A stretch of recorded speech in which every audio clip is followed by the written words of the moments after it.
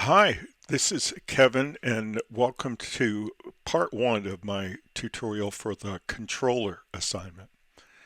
In this assignment, we're going to be doing some refactoring. So what's refactoring?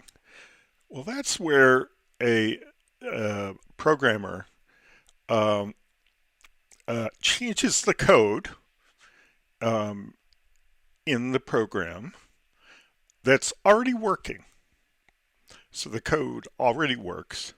And we want to make some changes because we want to make it better code, better how, easier to read, uh, easier to test, easier to maintain. Okay, so we're going to do that with two different things. The first thing that we're going to work on has to do with urls.py. So let's take a look at our urls.py that we already have. And we've got some imports, that, as you can see.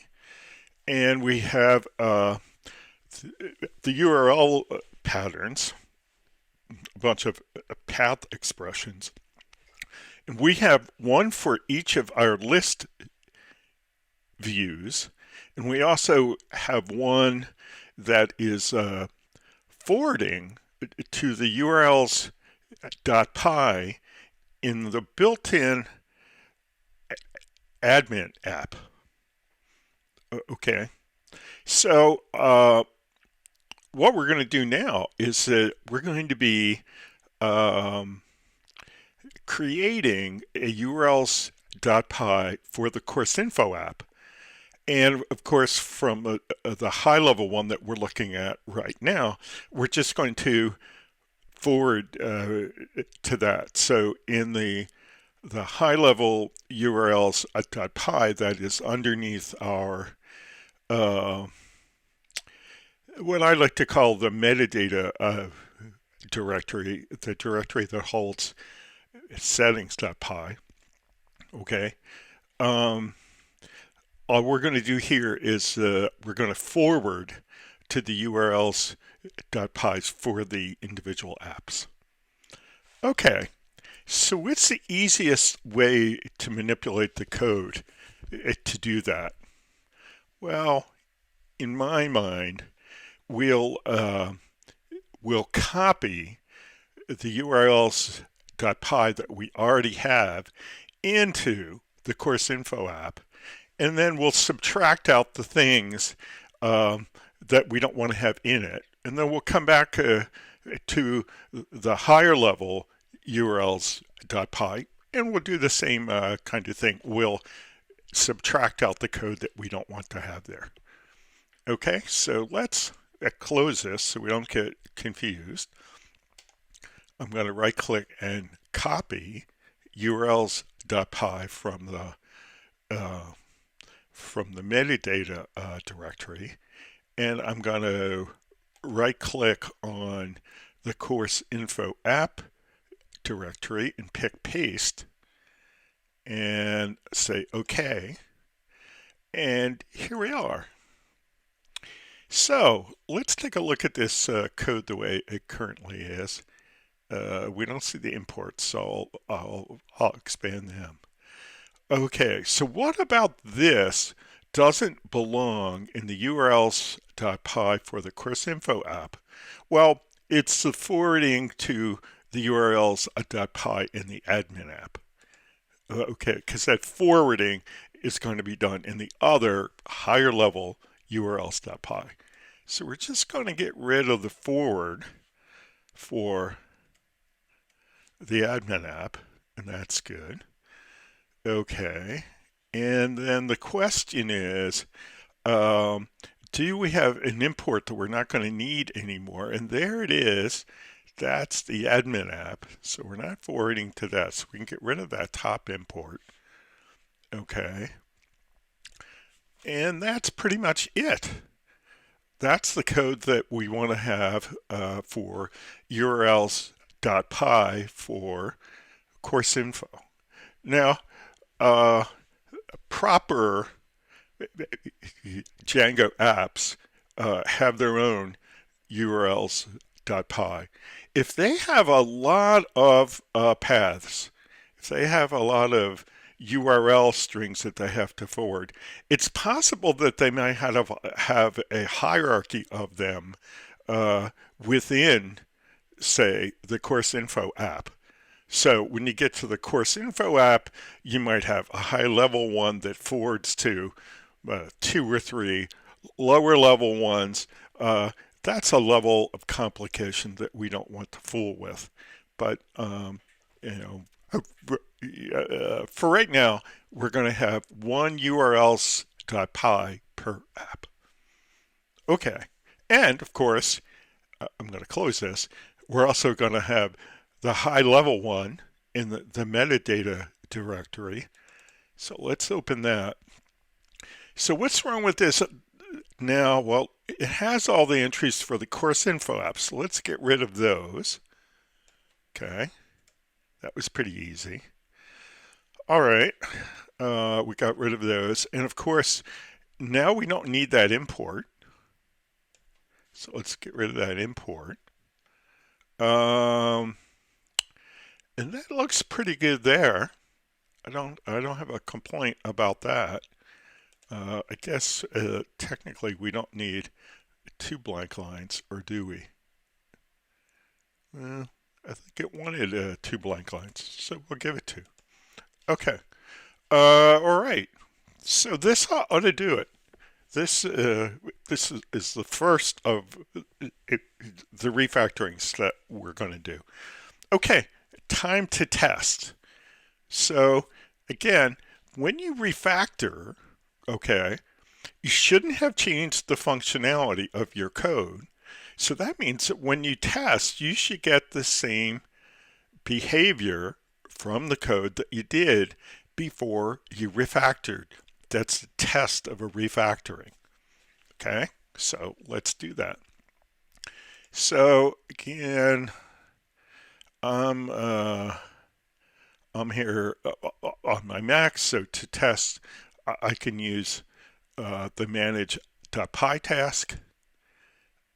Right now that's not working in Windows, so people who are taking the course using Windows are going to have to open the terminal down here and explicitly type in Python space manage.py space and then the command. Okay, but we're just going to do a run server. Run server starts up a version of the server that we call the Django development server. And it's a really cool server that has a lot of features that are good for the developer. One important feature of the Django development server is it keeps an eye out for files that change. In fact, I think we can see a hint on that up here. Yeah, watching for file changes with state reloader. So this is the kind of feature that you would have on a development server, but not on a production server. Most people who deploy their Django app will use a production server like Gunicorn. That's short for green unicorn, Gunicorn. And that is a faster server with more features that are important for production. But for the development, this is the server that we use, and we call it the development server. Okay? All right, so we've got the development server going. And now we're going to click on the link.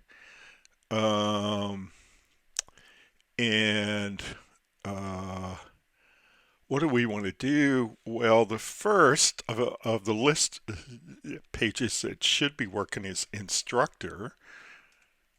And that's not working. So I may be on the wrong project. We'll see. Uh, I'm I'm gonna pause and figure it out, and I'll be right back. Well, I do have a real error, and it's the kind of error that we make when we're doing this kind of thing. You remember that in this high level urls.py that's in the metadata directory, I left a forward to the urls.py in the admin app, but I didn't create one for the course info app. So we have to do that, don't we? So what's that going to look like? Well, it's going to look slightly different than the forward to the admin app. And it's going to look like this. Okay. So we're going to say that we want to include URLs. We don't put the .py from the course info app. Now this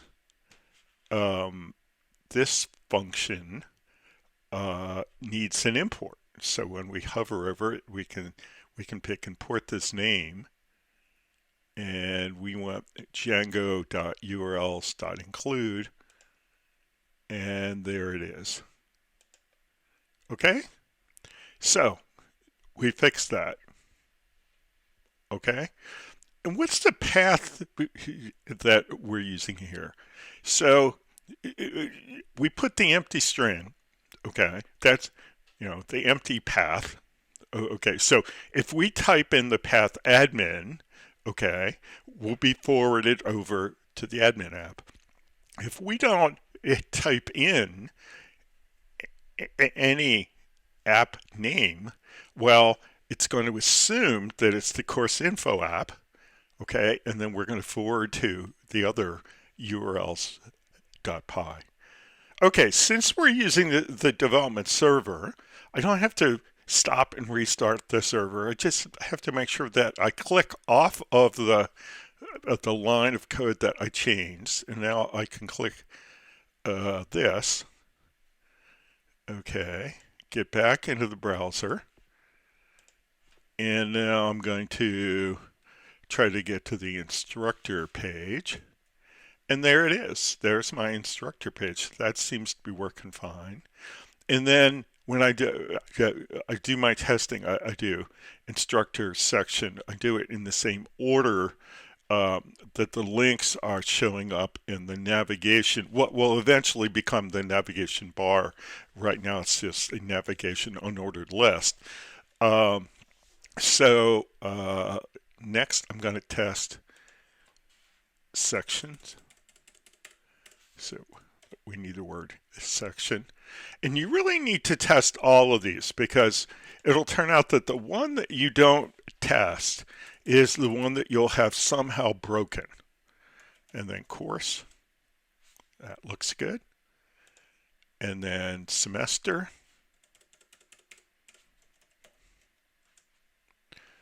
And then student.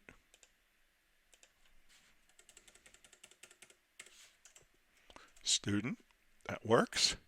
And then registration. Registration, and they all work. So that's the first of the refactorings that we're going to be doing. Everything worked fine, right? And so what would you do now? Typically what I would do is if I had my project under version control, I would do a commit. Okay, this is a group of changes that I've made that's a good unit of work. And if I get into trouble on the rest of part one, I want to be able to back up and not lose the work that we just did. So what I do is I'm just going to close this. And the tool that I'm using to do all of my my Git work is source tree, and I'm here in trainer Kevin EZU. So I'm going to open up that, and I'm going to go to the file status, and I'm going to do a commit and a push to my remote repository. And I'm going to say something like completed first refactor within part 1 of controller assignment. Nice place to back up to, right? There we go. Right? So how would you do this? Well, you could do it in source tree. You could do it within PyCharm using the PyCharm Git client. I'm not really good at the PyCharm Git client. I do use it though. So we'll show you some of that before the course is over. Or if you decided to use some other standalone Git client and not source tree, you can do that. One of the nice things about Git is that Git repositories keep their state in a metadata directory that's part of the repository directory. It's a hidden folder called .git. And so it always keeps the state, and you can go, you can do, you can work in source tree, and then you can do a couple of things in the PyCharm Git client. Then you can go back to source tree. Theoretically, you could go to a third product or a fourth. You're not going to get into trouble by doing some of your operations in source tree, or whatever you're using, and some of your operations in PyCharm, right? It's just that kind of Git is just the kind of application that lends itself to this mix and match kind of approach. Okay, so that's the first of the refactorings that we're going to do. What's the next? Well, the next one is we're going to refactor our views in order to use class-based rather than function-based views. So let's go take a look at the views we have right now. So in views.py, you can see that we have a view for each of these lists that we've created. We have one for instructor lists, section lists, course list, etc. And they are function-based views, which are the simplest of views. Okay. One of the problems with function-based views is this. You are creating all the code yourself. As soon as you go to class-based views, you are subclassing a superclass. So the superclass has a bunch of code in it that you automatically inherit. That's the nature of subclassing another class. Okay. And one of the features in the superclass that we're going to subclass is that it handles the types of HTTP requests that are coming from the browser. Now there are, I think, 6 types or 8 types or maybe even 10 types, but for the most part, people use 2 request methods from the browser, get and post. right? And in our course info app, we're going to have some of our views are going to have different processing if they've been called as a get or as a post, right? Now the list views we have here have only gets, right? But the the refactoring that we're going to be doing to class-based views is going to give us a more robust set of code that will allow us to easily handle both a get or a post coming from the HTML page. Okay, when are we going to get the posts? We're going to get the posts when we are we're going to get the posts when we're in create views and change views. Okay, so we're a week or two away from that, right? But we'll get there soon. Okay, so let's do the first one, instructor list view. Okay, now here's how I recommend that you change the code, right?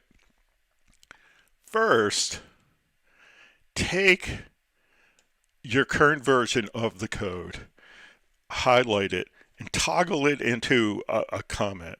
Now, on the Mac, you do that with a command slash. On Windows, you would do that with a control slash. Okay. Now, are we going to leave this code in as a comment? No, I'm going to leave it here until I get the new code to work, and then I'm going to delete the old code. Do I have to do that? No, I don't, but I find that students often feel more confident if they don't get rid of the old code until they get the new code to work. So this is a good workflow for students, and I still do it myself a lot of the time. All right, so what's the code that we're going to put in here? Well, I'm going to copy this from what I call my already baked version. Okay, and I'll explain what I mean by that in just a second when I get the code there. Okay, this is a phrase that I've been using pretty freely in the course, and it's a metaphor. Teaching this kind of programming thing with a tutorial is a lot like a TV cooking show. And on TV cooking shows, even though we're watching the cook in the kitchen, they rarely are cooking this thing for the first time. And in fact, they usually do it twice the day that they do the show. Okay, so they do it once all the way through, and they have an already cooked or already baked version. That's why I say already baked. Okay, and then when they show you things, they take, they often will take parts of the already baked version and use it in the thing that they're trying to cook. They'll do things with the already baked version. So when I say I'm bringing over my code from the already baked version, it's a reference to the kind of thing that they would say on a cooking show. Okay, that's enough for that. Well, the first thing I see is I need an import. So I'm going to hover over that, and I can pick import this name. And do I want Django Views View or Django Views Generic Base View? I want Django Views View. So I'm going to take that. All right, that's good. Okay, so let's kind of work our way through the code. The first thing that you see is typically with any class, okay, the code, the operational code that goes into the class has to be in some method or other, okay, and we have a method get that is going to handle a get method request that comes from the browser. So what's a get from the browser? Well, that's when you either click on a link or you type a URL string into the browser. If it matches in urls.py and we fire up the view, okay, if it came from a click on a link or if it came from typing the address into the browser, it's going to be identified as a get. Okay, well, that's all that we have so far. Right now, what we're trying to do is to navigate our way around the application. We're not really clicking on the links because the links are all dead, but instead of that, we're typing the address into the browser to simulate clicking on the links. Okay, so for these things, until we get to creating new instructors or editing existing instructors or something like that, we're not going to be doing anything that takes a post. Okay, so all we do is we supply the code for the get method of the instructor list view class. You'll notice that in the parentheses after instructor list, the name of the class is view. So this is the subclass of the view superclass, okay? And so there's more code, okay, than meets the eye. There's all the code that's in the superclass that we've inherited, okay? So for instance, how does the control get to our get method? Well, there's another method that always gets control in the instructor list class, okay, and it forwards to get. Okay, if it has a get, it forwards to get. If it has a post, it forwards to post. Okay, now did we have to write all that tricky code to figure out what kind of a request we got from the browser and do the right thing? Nope. That was taken care of us because we subclassed view. So there's fancy code in view that takes care of all of that, and all we need to do is, if we're expecting to get a get request from the browser, well, we need to implement the method get, and later on we see if we expect to get a post request from the browser, we'll be obligated to implement the method post. It's really that simple. Okay, so it makes it easier to code, easier to read, easier to debug, easier to test. That's why this is a proper refactoring. Okay, so here, all we're really doing is, we're being passed, typically in a Python method call, there's a reference to self. Okay, so that's always going to be there. And what did we get passed in? We got passed in a copy of the request object. And now all we're going to do is call render. That's it. Okay, and we're going to do some of the work that we had been doing explicitly. We're going to do it implicitly in a call to render. So what are the three things that we pass? Well, we passed a copy of the request. That's the first one. Okay. The second is we pass the template. Okay. So this is instructor list. We're passing the instructor list template. And then the third thing that we're going to pass is a context object. Okay. It's going to hold the instructor list. Okay. So again, this is a dictionary with a single entry, okay, and the label for this key value pair, the key is the string instructor list. And instead of having pre-constructed the instructor list, we're just going to do it in line right here. So we're just going to call on the instructor class. We're going to call the methods objects all, and it's going to be placed right into the dictionary. Okay, so we're really not doing anything operationally different than we were doing in the prior version up here. Okay, except that we've taken this instructor list, okay, and we build it on the fly, right? Instead of just using that name, we build it on the fly right there. Okay. The only other code that we don't have is this testing code where we test the template to see if we get the right behavior if we don't have any data. Well, we've already tested that, so we can let that go. Okay, so when we're happy that we got this new class-based instructor list view to work, then we'll be ready to toss that out. Okay, are we done yet? No, we're not. Why is that?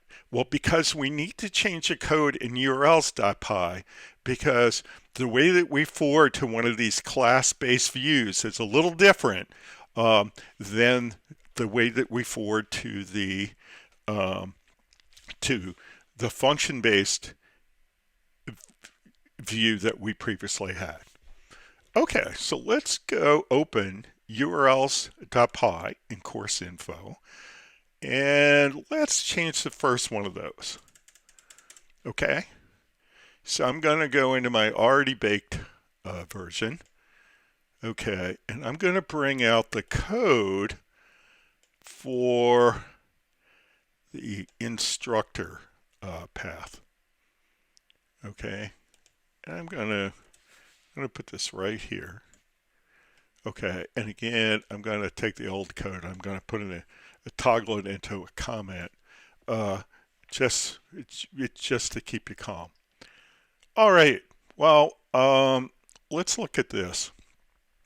Well, first of all, we have a reference to the instructor list view, and we need an import for it. So we're going to hover over here and then just click on the little blue link that says import that.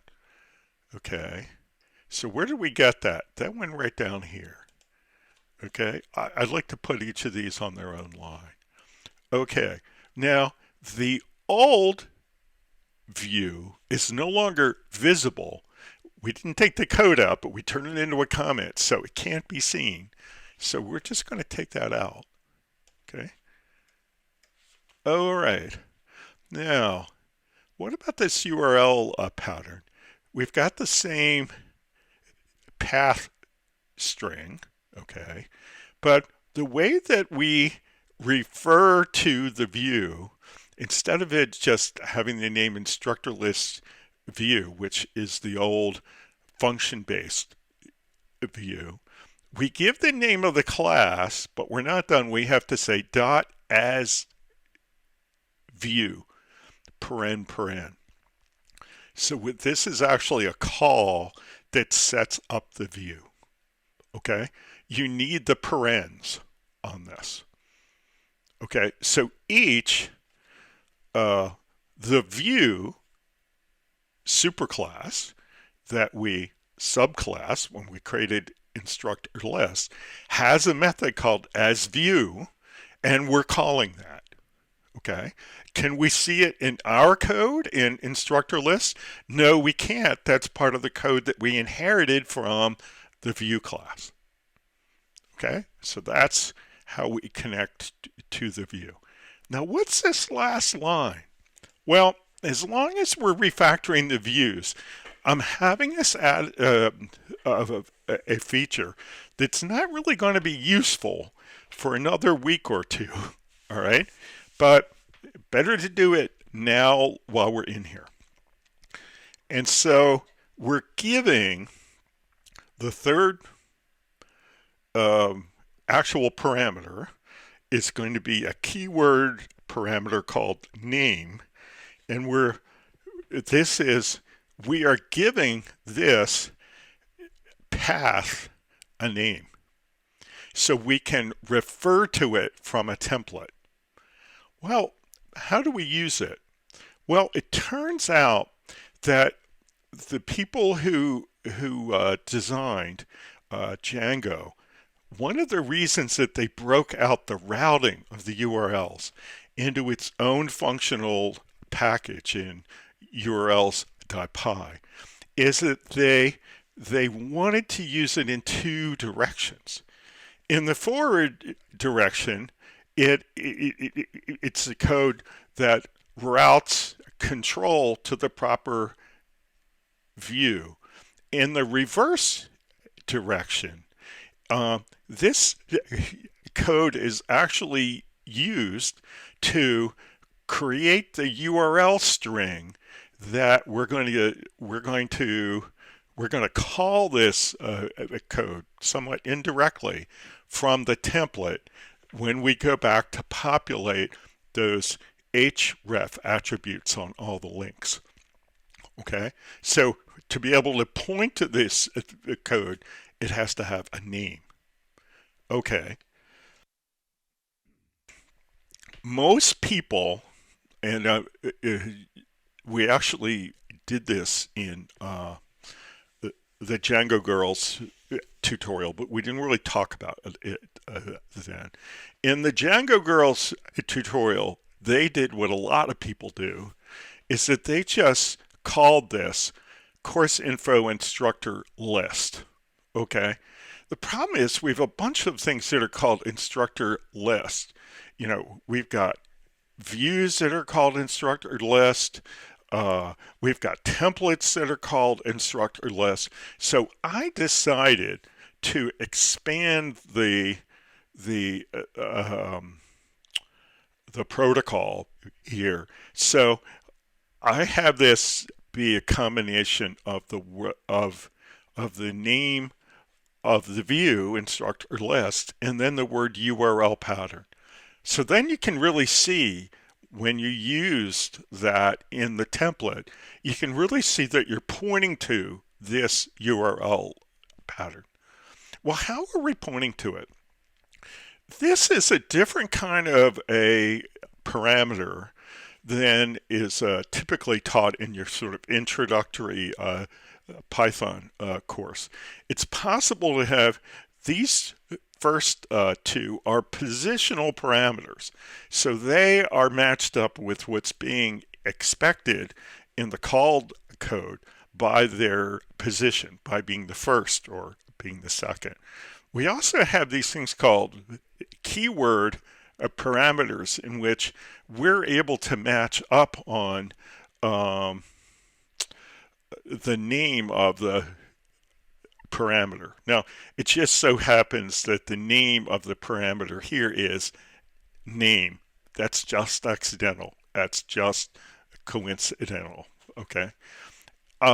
When you have a keyword parameter, you can recognize it by its a little bit different syntax. It looks like an assignment statement to some degree, but all of the characters here are coded without any intervening spaces. So you don't say name space equals. Okay, you get an error for that. And you don't say name equals space. You get an error for that. You code it all smashed together. So when you see this in a function call or a method call, one of the ways that you can tell that you have a keyword parameter is that, and you're not trying to do some kind of interesting assignment statement, is that it's all jammed together. All right, so this should do it for us. Okay, Are we testing the name? No, we're not testing the name. We'll test that when we get to, um, oh, when we hook up all the links in a week or two. But for right now, we will be testing the path expression and the connection to the view. And I figured as long as we were here and we were doing a refactoring, we would add the names. All right. All right. Let's go test. Okay. I made the changes. I clicked off the line. Let's come back here. And let's see if we can just do instructor. Yeah, it looks like we can. It looks like that worked just fine. Okay, so again, we're refactoring it, right? When you refactor, you don't change the functionality, okay? So you're just expecting it to work like you used to do it, okay? And that's what we got. All right, now, before I turn you loose to do the rest of these on your own, I'm going to do the second one, the section with you. Okay, so let's go back to views.py. Okay, oh, and by the way, we're in urls.py. We don't need this extra code, right? We left it there so we wouldn't be worried that we were getting rid of our code before we successfully replaced it. Okay, so we have that, and we have, and then when we go to views, we have that whole view. We got to get rid of that, right? All right, but that is it. Okay. All right, so let's do this section, right? So how do we do the section? I do these by copying and changing. That's an activity that I like to call cloning. Okay, so we're going to take the code that we had for instructor. We're just going to copy it down here where we want to do section, and we just change the name of the model class, section list. Okay. The get line's fine. Render request. Oh, okay. The name of the template, while it's not instructor list, it's section list. Okay. And then on the third line for the context object, the dictionary, the label isn't going to be instructor list. It's going to be section list, right? And we're not going to call objects all on the instructor class. We're going to call objects all on the section class. Okay. And that should be it. Okay, so those are all the changes there. And again, I'm going to leave the code here until we're satisfied that we tested section list. Okay, so let's go to urls.py. And what I'm just going to do is I'm going to do another clone. Okay, so I'm going to take the code that we had here for instructor. All right, I'm going to toggle the code for section into a comment. Okay, and again, the string that we're looking for is section. Okay, and the view that we're connecting to is section list. Okay, and then the name here is going to be course info section list URL pattern.